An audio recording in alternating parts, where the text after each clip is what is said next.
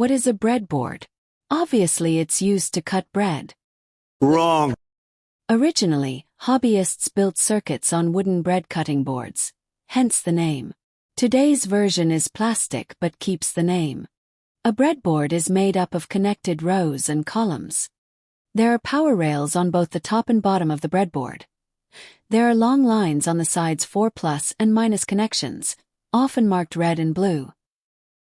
The pins in the rows are connected to each other, but are not connected to the rows on either side, or the rows on the opposite side of the divider. We can use the breadboard, some jumper wires and resistors, to build circuits. As you can see in the picture, we use the holes in the columns and rows to make connections. Thanks for watching.